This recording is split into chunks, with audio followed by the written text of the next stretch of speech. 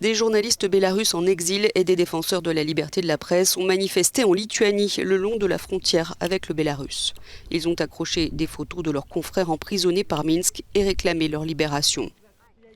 À leur côté, le secrétaire général de Reporters sans frontières, qui vient de déposer plainte pour terrorisme d'État à Vilnius. Le parquet lituanien va ouvrir une enquête. Les journalistes, de plus en plus, sont considérés comme des terroristes par les prédateurs de la liberté de la presse, qui les incarcèrent pour ce motif. Là, Roman Protasevich, il est sur la liste du KGB bélarus comme terroriste.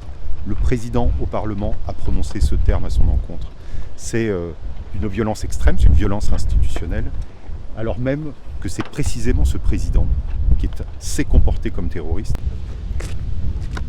À l'origine de cette mobilisation et de cette plainte, la crise diplomatique avec le Bélarus, depuis le détournement d'un vol commercial de Ryanair et l'arrestation à bord du journaliste d'opposition Roman Protasevich.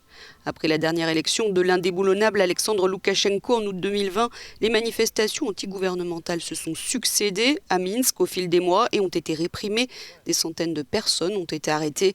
Selon des associations des droits de l'homme, il y aurait près de 300 prisonniers politiques dans le pays.